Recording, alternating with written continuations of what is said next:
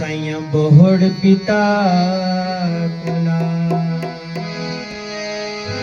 पिछली गल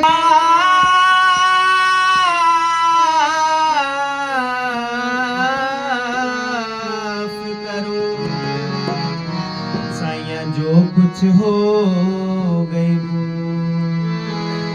गुनाहगार आधीन की तो मेरे सतगुरा विनती करो कब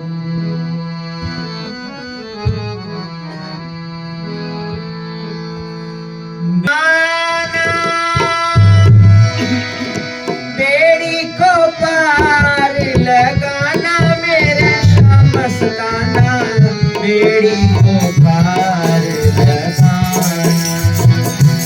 मेरी नैया पड़ी मझधार में थी सतगुर बेड़ी को पार लगाना सतगुर बेड़ी को पार लगाना बेड़ी को पार लगाना बेड़ी को पार लगाना मेरे शाम मस्ताना बेड़ी को पार लगाना मेरी नैया पड़ी मझधार में थी सतगुर बेड़ी को पार लगाना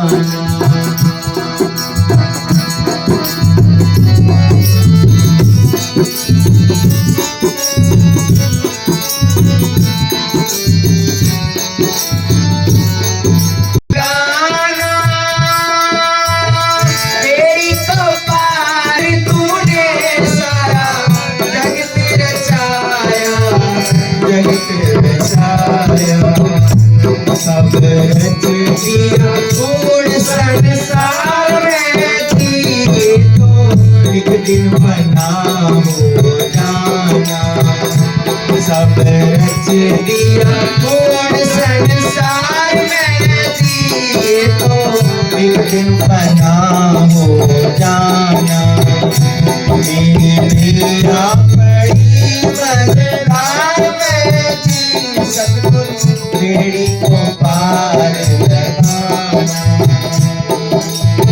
बेड़ी को पार लगाना मेरे शाम मस्ताना बेड़ी को पार लगाना मेरी नैया पड़ी मझधार में थी सतगुर बेड़ी को पार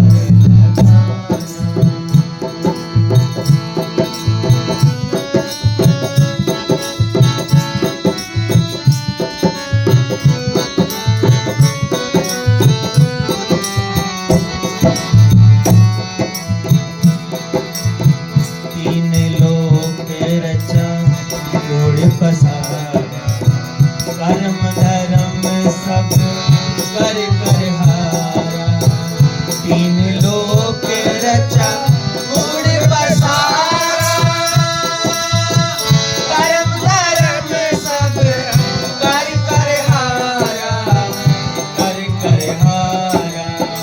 तीन लोक रचा गुण बसारा कर्म धर्म सब कर कर कुछ आता नहीं विचार में जिए तो जन्मा सो मर जाना कुछ आता नहीं विचार में जी धन सतगुरु तेरे आसरा परम पूज्य परम संत शाह मस्ताना शाह बलोचिस्तानी जी तेरा ही आसरा मेरे कामिल मुर्शिद परम पूज्य शाह हुसैन साईं तेरा ही आसरा सतगुरु जी की प्यारी संगत गुरु रूपा संगत मैं मांगे राम जी का शुक्रगुजार हूँ इस संपर्क में आए इन्होंने यहाँ आने के लिए पाबंद किया गुरु रूपा सारी संगत के दर्शन करने का मुझे शुभ अवसर प्राप्त हुआ। दिल की असीम गहराइयों से गुरु रूपा सारी संगत को मेरा अभिवादन, बहुत बहुत खैर मकदम स्वागत, शुक्रिया। पंजाबी चलेगी या हिंदी चलेगी? हिंदी चलेगा सर।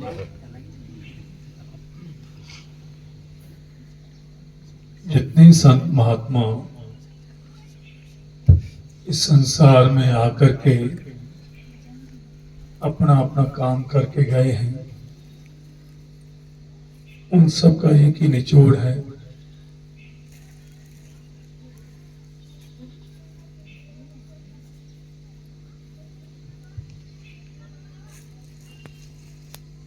के अंदर गिरती है, पानी इकट्ठा होता रहता।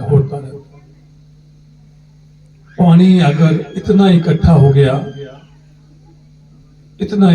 गया कि वो भर गई नाव, नतीजा क्या होगा? उस जल के भार से नाव डूबेगी।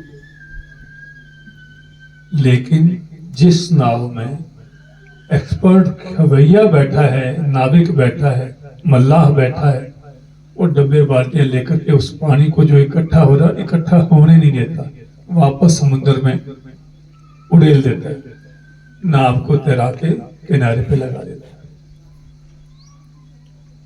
जिसकी नाव में खवैया नहीं बैठा, उसमें पानी इकट्ठा होता रहता और डूब जाता।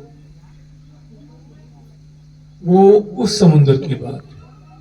हम संसार रूपी समुद्र में नावों की नाई हैं, नावों की तरह हैं। हमारे इस बेड़े में संसार की विषय वासनाओं का गंदा जल, काम क्रोध लोभ मोह अहंकार का गंदा जल, लहरें उठ उठ के हमारे अंदर गिरती चली जाती है। जिसकी लहरों का गंदा पानी इकट्ठा होता रहा, उसका बेड़ा बैठेगा, डूबेगा। कोई कामिल रहबर की शरण किसी किस्मत वाले को मिल चुकी होती है, वो जीव को अपनी मर्यादा में बांधता है। बेटा, मांस नहीं खाना, शराब नहीं पीना, किसी प्रकार का नशा पत्ता नहीं खाना, हक हलाल की मेहनत की रोटी खाना, शाकाहारी भोजन करना, पर स्त्री को मां बहन समझना, बुरे का भला मनाना और मालिक की श्वास श्वास में बंदगी करना। अब दुनिया के संपर्क में आने के बाद में कोई गंदी सोच हमारी ओर बढ़ती है, हम पहले से सावचेत हो जाते हैं, क्योंकि गुरु ने हमारे अंदर संस्कारों का ऐसा चप्पू डाल रखा है, उस चप्पू से उस पानी को नजदीक नहीं फटकने देते। गुरु की मर्यादा में रह करके जो मालिक की बंदगी करके जाते हैं, उसमें पानी इकट्ठा होता नहीं, इकट्ठा होने नहीं देता गुरु। गुरु की जो नजर का कैमरा सेवक के ऊपर टिका रहता है, वो हर वक्त उसकी संभाल रखता है कि कहीं मेरा सेवक रास्ता तो नहीं भटकता। इसलिए साध संगत जी, हमें इंसानी जामा मिल एक तरफ निकलता है, कुटला बसता, बाकी कुटला करके हमें वो रस पी करके हमारा कुटला करके हमें छोड़ देगा। इसलिए संत सद्गुरु के रूप में मालिक इस पृथ्वी पर आते हैं। हमारी जो कश्ती मझधार में गोते, संसार रूपी सागर में गोते खा रही है, हम भले अच्छे काम करते हैं, वो भी फंसने वाले हैं, और बुरे काम तो नरकों में धकेलने वाले हैं ही हैं। पूर्ण संत सद्गुरु हमें बंधन मुक्त करने के मकसद से इस पृथ्वी लोक पर आते हैं। वो कैसे बंधन मुक्त करते हैं? वो जैसे मैं पहले विनती कर चुका हूं कि एक कोई आदमी जा रहा था, उससे कोई गलती हो गई, बादशाह के आदमी पकड़ के ले गए। बादशाह ने कहा ये एग्रीकल्चरिस्ट बहुत अच्छा, किसान बहुत अच्छा है, इसको ऐसी सजा दें कि ये खेत पड़े, जुताई कर, गोदाम से अनाज ले, बीज दे, और फसल पक के तैयार हो जाए, निकाल करके गोदाम में जमा कर, फिर बीज फिर जमा कर, फिर बीज फिर जमा कर, फिर बीज फिर जमा कर, लास्ट में तेरी छुट्टी। क्या साथ संगत जी उसकी छुट्टी हो जाएगी? वो तो गोदाम से खेत में, खेत से गोदाम में, गोदाम से खेत में, उसको मरना ही है। पूरे गुरु का सेवक था, गुरु साहब के पास में जाके रोने लगे, गुरु साहब मेरे को तो ऐसी सजा में फंसा दिया, मैं तो आपकी बंदगी करने के लिए आ रहा था। कि बेटा हुक्म अदूली मत करना, राजा मरवा देगा, तू जुताई कर ले, गोदाम से अनाज इश्यू करवा करके चोरी छिपे, किसी को बताना मत, उसको भट्टी पे सेक दे ले, उसकी जो अंकुरण शक्ति नष्ट हो जाएगी, ना बीज अंकुरित हो और ना फसल पैदा हो, ना तेरे को काटने के लिए रुकने की जरूरत पड़े, और अपने आप तेरी छुट्टी कर देंगे, तू बंदगी कर देंगे। उसने ऐसे ही किया, खेतों के खेत जुताई करके भंडार से अनाज लिया, गोदाम से, उसकी बुआई कर दी, सेक करके उसकी अंकुरण शक्ति जिससे पौधा पैदा होता है वो नष्ट होगी, दाना एक भी अंकुरित नहीं हुआ, फसल उगी नहीं। कोई एग्रीकल्चर अफसर आया, उसने कि इसने तो गोदाम ही खाली कर दिया और जुताई भी ढंग से की, दाना एक भी नहीं पैदा हुआ, भगाओ इसको, उसके हाथ से नहीं, वो जाके बंदगी करने लगे। साथ संगत जी, मनमत कर्म हम करते हैं, हमें पता नहीं है अंकुरित होकर के इसका खामियाजा हमें भुगतना पड़ेगा। अपने मनमत कर्म करके हम हमारी बेड़ा मझधार में गोते खाता है, पर पूरे गुरु की शरण लेने के बाद में वो हमसे ऐसे कर्म करवाता है कि वो जैसे भुने हुए दाने खेत में बोते हैं, वो अंकुरित नहीं होते, वो भुने हुए कर्म करवाता है कि कर्म कर, फल की चाह मत कर, गुरु पे छोड़ दे। तेरे को जो गुरु ने सोच दी है, संस्कार दिए हैं, उन संस्कारों को ध्यान में रखते हुए कि गुरु ने मेरे को ऐसे कर्म करने के लिए कहा हुआ है, ऐसे कर्मों से रोका हुआ है, तो जिनके लिए कहा हुआ वो कर, और करके करता मत बन, अकर्ता बन। हम इंसान हैं, ये करता भी है, भोगता भी है, बाकी जीव सारे पिछले योनियों का किया हुआ भुगतते हैं, हम करता भी है, भोगता भी, पिछले जन्मों का किया हुआ हम भोगते हैं, और मनसा वाचा कर्मणा नए कर्म करते हैं। अब नए जो कर्म करते हैं ये हमें फंसाते हैं, पिछलों की सजा हमें भुगतनी पड़ती है। संत क्या करते हैं, पूर्ण गुरु पिछला जो प्रारब्ध कर्म है उनको तो खत्म करते हैं, जान को सबको पूरा मिले, धर्मराय के कागज फाटे कर्म है, उनको कहते हैं भुने हुए दाने, जैसे खेत में अंकुरित नहीं आते, उसको कहते हैं निष्काम कर्म। वो निष्काम कर्म हमसे करवाते हैं जिससे जन्म मरण के चक्कर की व्याधि कष्ट हमें ना पड़े और हम मुक्ति के द्वार पे पहुंच जाएं। हमारी कश्ती जो संसार सागर में हमारी कश्ती उतरी हुई है, इसमें गंदी सोबत के काम का, क्रोध का, लोभ का, मोह का, मैं हूँ आदम बंदा तेरा, क्यों मुझे काल जाल में घेरा, जाल में घेरा।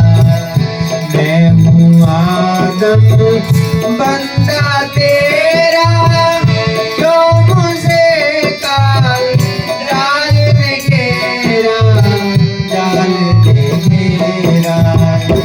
बस क्या 5 टकों के बाजार में जी मेरे आवाना, बस क्या 5 टकों के बाजार में जी